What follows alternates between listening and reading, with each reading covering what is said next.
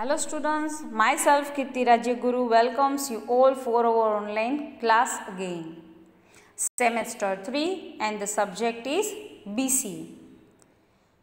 From the last lecture, we started our second unit and today we come at the second point of first topic, and that is limitations and benefits of oral communication. So students, let us start our discussion on these topics. First one, advantages of oral communication means oral communication na ફાયદા શું છે. The first and foremost advantage of oral communication is that it provides immediate feedback to the participants in the communication process.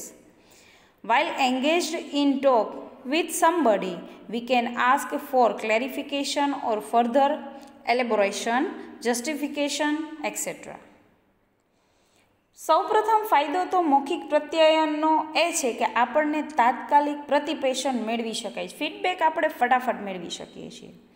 આ ઉપરાંત વાતચીત દરમિયાન જરૂરી સ્પષ્ટતાઓ વિસ્તૃતિકરણ પણ મેળવી શકાય છે.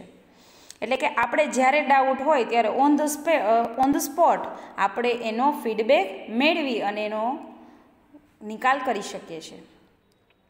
Oral communication is time saving. મૌખિક પ્રત્યાયન છે એ સમયનો બચાવ કરે છે. By drawing the people together, oral communication builds up a healthy climate in the organization. It brings the superiors and subordinates નિયરર.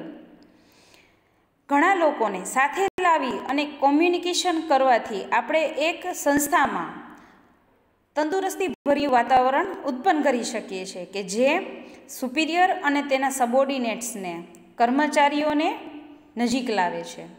Oral communication just by sounding personal becomes an effective tool of persuasion. Everybody knows the importance of persuasion in business.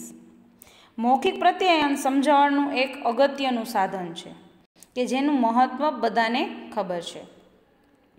Oral communication is not only time saving, it also very economic. કે મૌખિક પ્રત્યાયન છે એ ખાલી સમયનો જ બચાવ નથી કરતું, પણ તે સમયને કરકસરપૂર્વક વાપરવામાં મદદ કરે છે. Oral communication also provides the speaker opportunity to correct himself and make himself clear by changing his voice, tone, pitch etcetera. કે મૌખિક પ્રત્યાયનમાં વક્તાને તેનો અવાજ, સ્વરારો, અવાજની તીવ્રતા વગેરે બદલીને પ્રત્યાયનને વધુ અસરકારક બનાવી શકે છે. In oral communication, the speaker enjoys the advantages of understanding the groups he is addressing. He can immediately understand the group's reaction and arrive at satisfactory conclusion. કે ભાઈ મૌખિક પ્રત્યાયનમાં સામસામેના જૂથો સાથે સીધી રજૂઆત થતી હોવાથી તમે તેના પ્રતિભાવો હોય એ સારી રીતે જોઈ શકો છો અને તમને જરૂરી લાગે તે એની સાથે સમજૂતીપૂર્વક અને શાંતિપૂર્વક એના ઉપસહાર ઉપર પહોંચી શકો છો. નાવ લિમિટેશન્સ ઓફ ઓરલ કોમ્યુનિકેશન, એટલે કે જેવી રીતે ઓરલ કોમ્યુનિકેશનના ફાયદા તો છે પણ એની સાથે સાથે એની અમુક મર્યાદા પણ રહેલી છે. Oral communication may not always be time saving. Sometimes it happens that meetings go on for a long time without arriving at any satisfactory conclusion. કે ઓરલ કોમ્યુનિકેશનમાં ઘણીવાર એવું જ નથી હોતું કે ભાઈ સમયનો બચાવ થાય છે. ઘણીવાર એવું પણ બને છે કે મીટિંગ ચાલતી હોય તો ચાલતી જ રહે છે, પણ આપણે છેટ સુધી અંતિમ નિર્ણય ઉપર કે કોઈ નિષ્કર્ષ ઉપર આવી શકતા નથી. Oral message can not always be retained in the listener's memory. The speaker himself may always not recall what he actually said or meant. મૌખિક પ્રત્યાયન બોલતાની સાથે જ પૂરું થઈ જતું હોવાથી ઘણીવાર એવું પણ બને કે લિસનરના, સાંભળનારના યાદમાં ન પણ હોય કે આપણે એને યાદ કરાવી શકતા નથી. મૌખિક સંદેશાઓ સાંભળનાર લાંબા સમય સુધી તે યાદ રાખી શકતો નથી. In the absence of record, oral messages do not have legal validity. પુરાવાના અભાવને લીધે મૌખિક પ્રત્યાયન કાનૂની માન્યતા ધરાવતું નથી. The length of the message may pose a problem. ઘણીવાર મેસેજ લાંબુ હોય, એની લેન્થ હોય એ પણ પ્રોબ્લેમ ક્રિએટ કરે છે. If the message is long it is not always suitable for oral communication. જો સંદેશો બહુ લાંબો હોય તો તે ઓરલ કોમ્યુનિકેશનને લાયક બનતો નથી. Now we have to come on our second topic, that is written communication. First one આપણે જોયું ઓરલ કોમ્યુનિકેશન. હવે આપણે જોવાનું છે written communication. While oral communication comes naturally and spontaneously to men, written communication requires a lot of effort.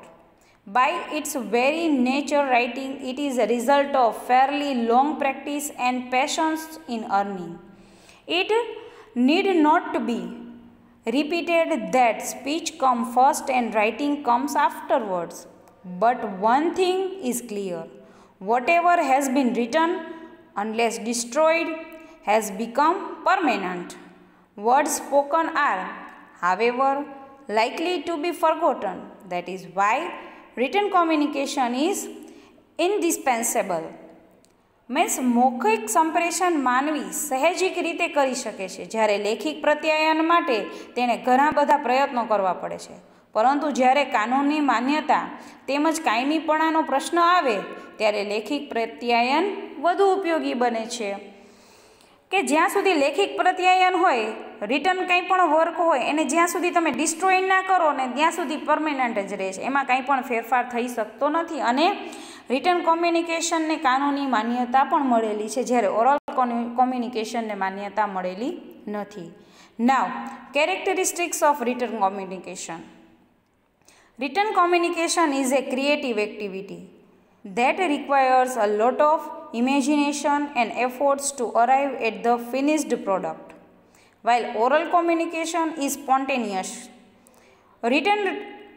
Written communication is based on conscious effort. In case of written communication, we have first of all to collect all the necessary information, arrange it in a logical order, and then write out very carefully.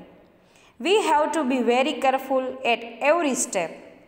Letters and reports nicely produced reflect the image of the organization.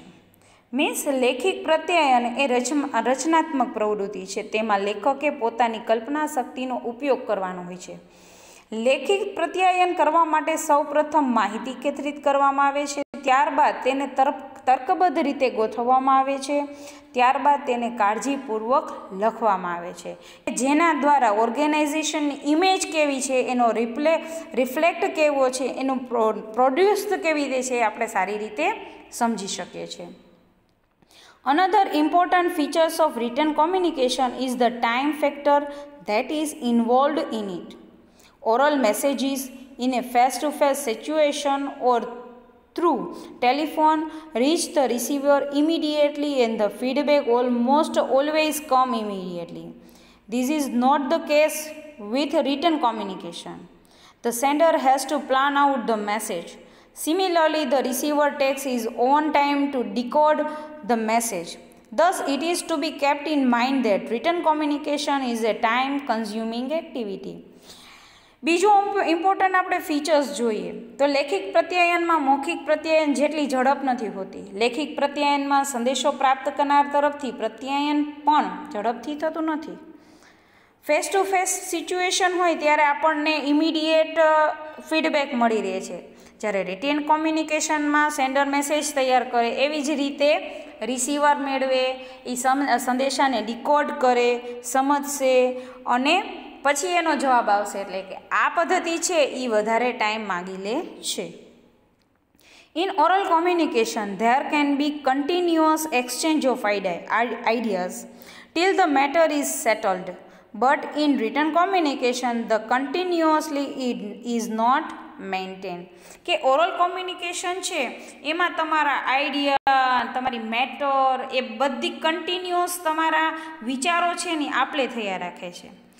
But return કોમ્યુનિકેશનમાં આ વસ્તુ continue રહેતી નથી.